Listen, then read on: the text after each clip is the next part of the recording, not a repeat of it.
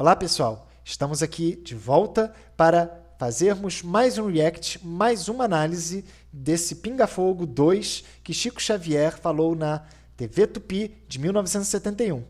Várias questões interessantes vão nos engrandecer agora. Vamos lá? Muito bem. Durval Monteiro com a pergunta seguinte. Chico, apenas Chico. Nós estamos vivendo a era dos computadores. A cibernética domina o mundo. Mais e mais o homem vai sendo escravizado pela máquina. A par disso, o recolhimento do homem para as coisas do espírito me parece cada vez menor. Chico, honestamente, será que a máquina fria, calculista, violenta, vai conseguir estrangular o homem? A pergunta do nosso caro amigo que nos entrevista é muito válida e devemos reconhecer que hoje precisamos estudar até mesmo os nossos lazeres e que a nossa mente não tem estado tão eficientemente preparada para o descanso que a máquina nos trouxe e muitas vezes nos impõe. A automação nos faz viver hoje na presença do futuro.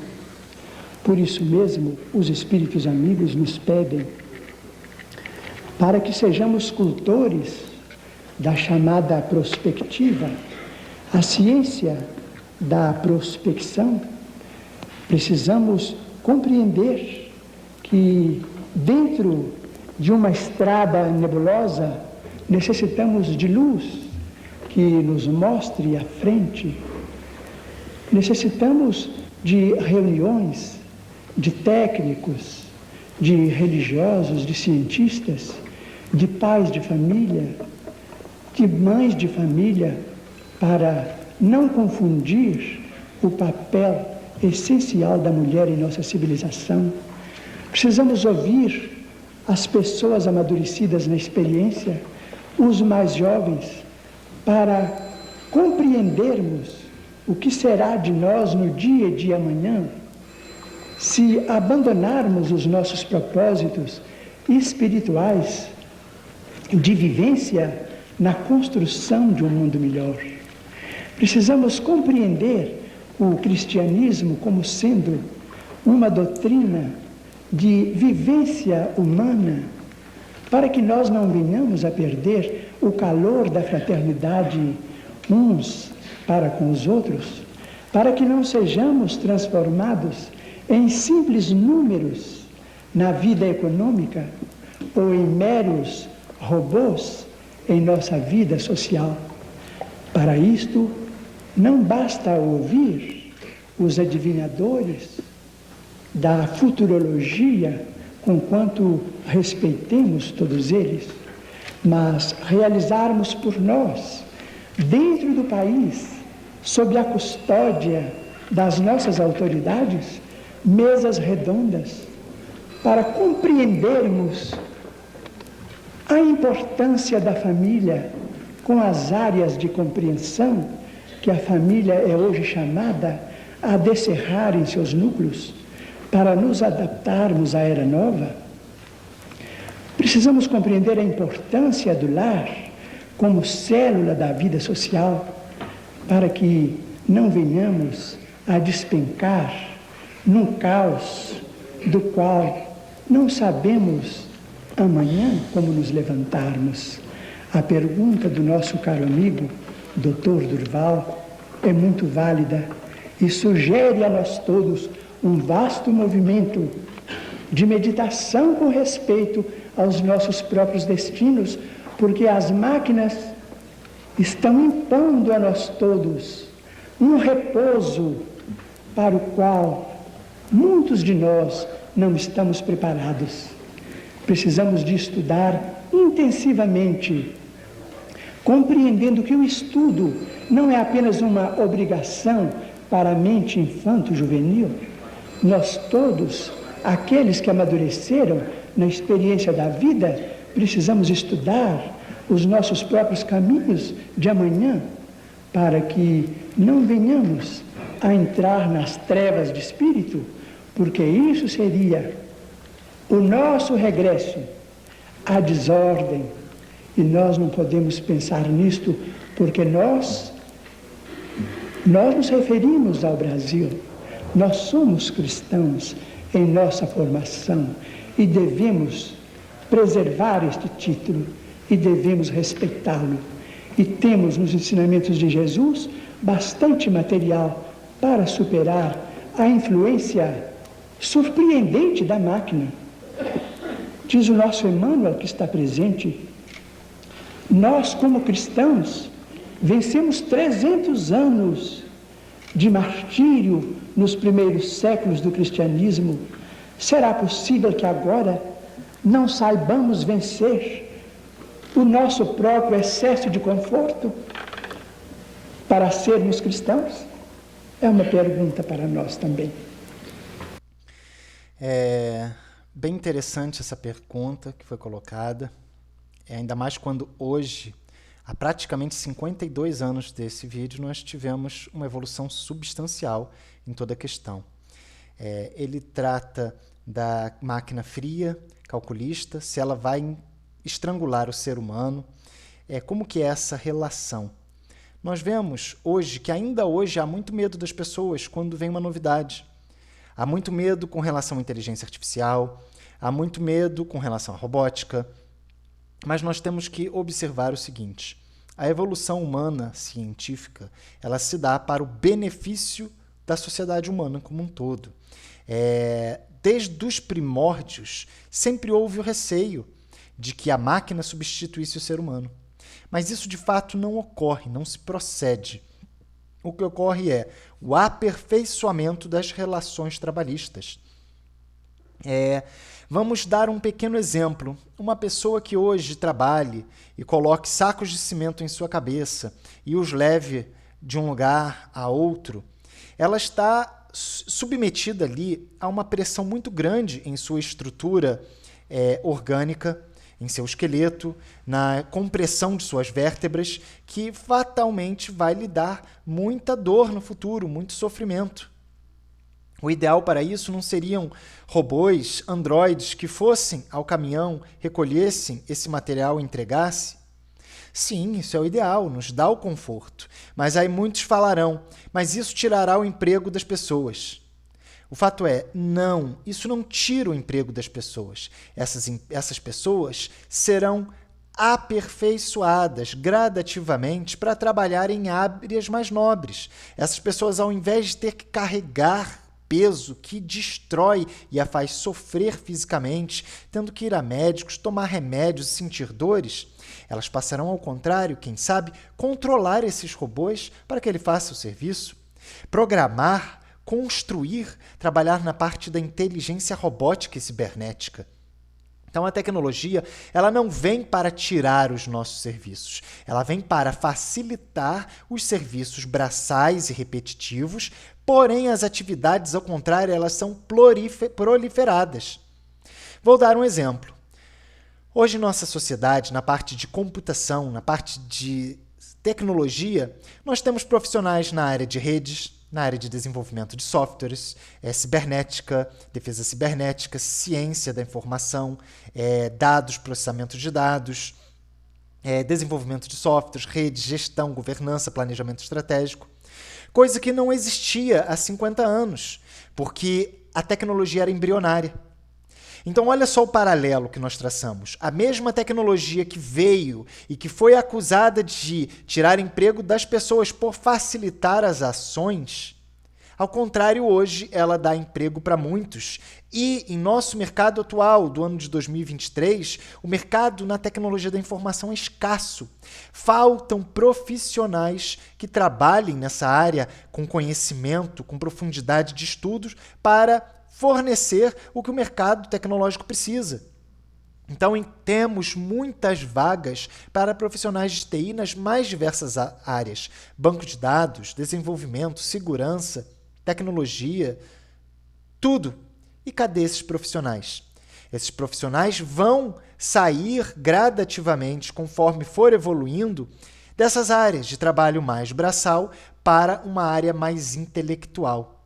Mas isso não é que de hoje para amanhã todos esses profissionais irão migrar de mercado de campo.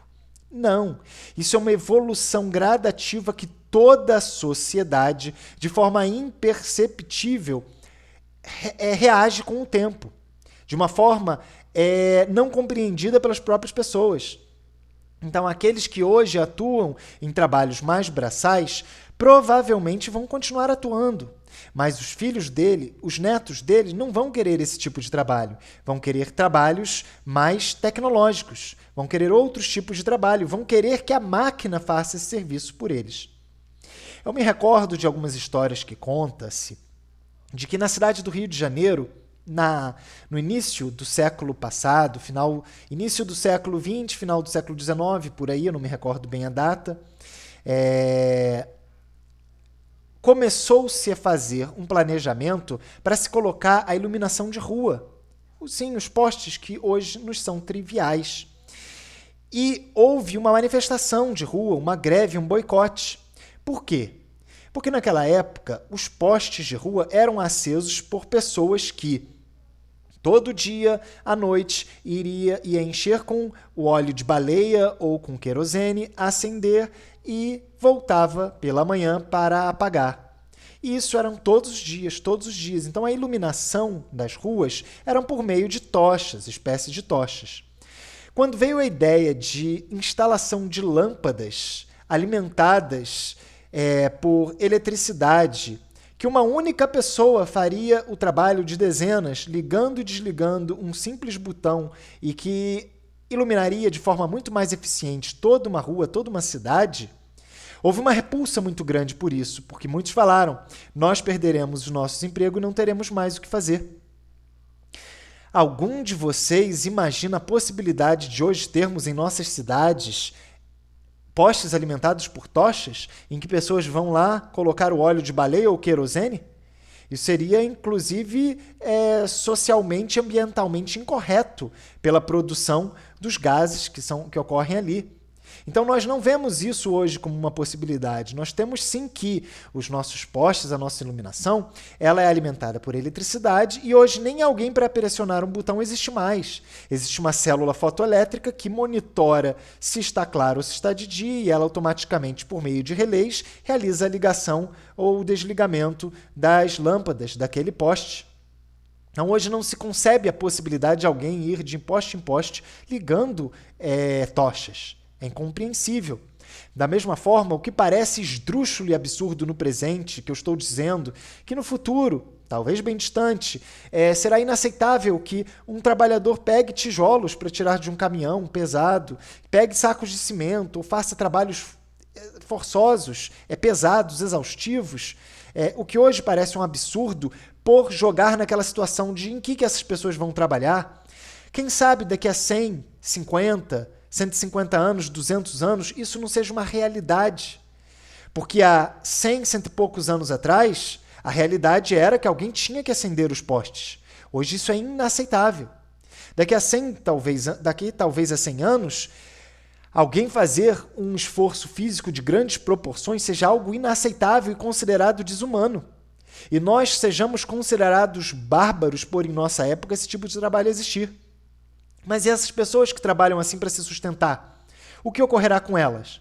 Nada, porque a mudança ela ocorre com o tempo.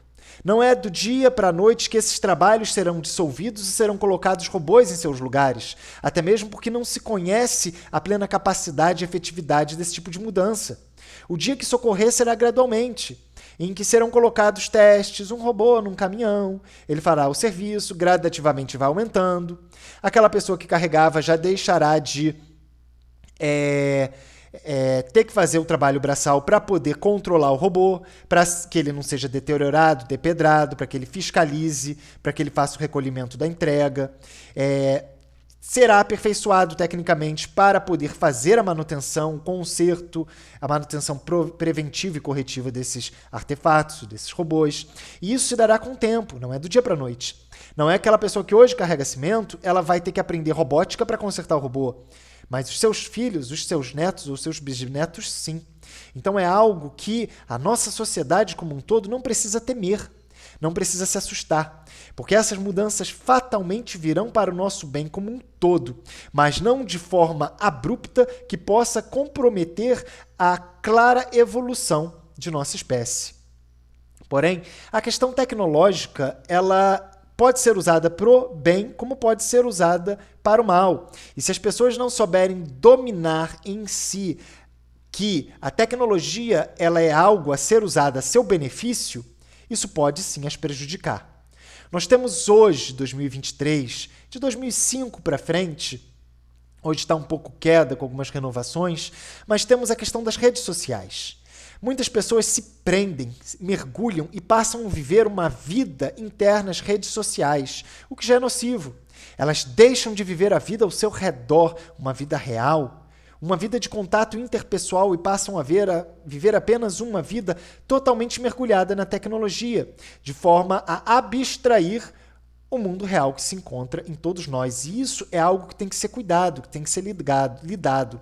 Mas em toda evolução, há sim uma parte negativa, que aos poucos é absorvida pela compreensão global da sociedade, que passa a refutar determinado tipo de ação e determinado tipo de atitude.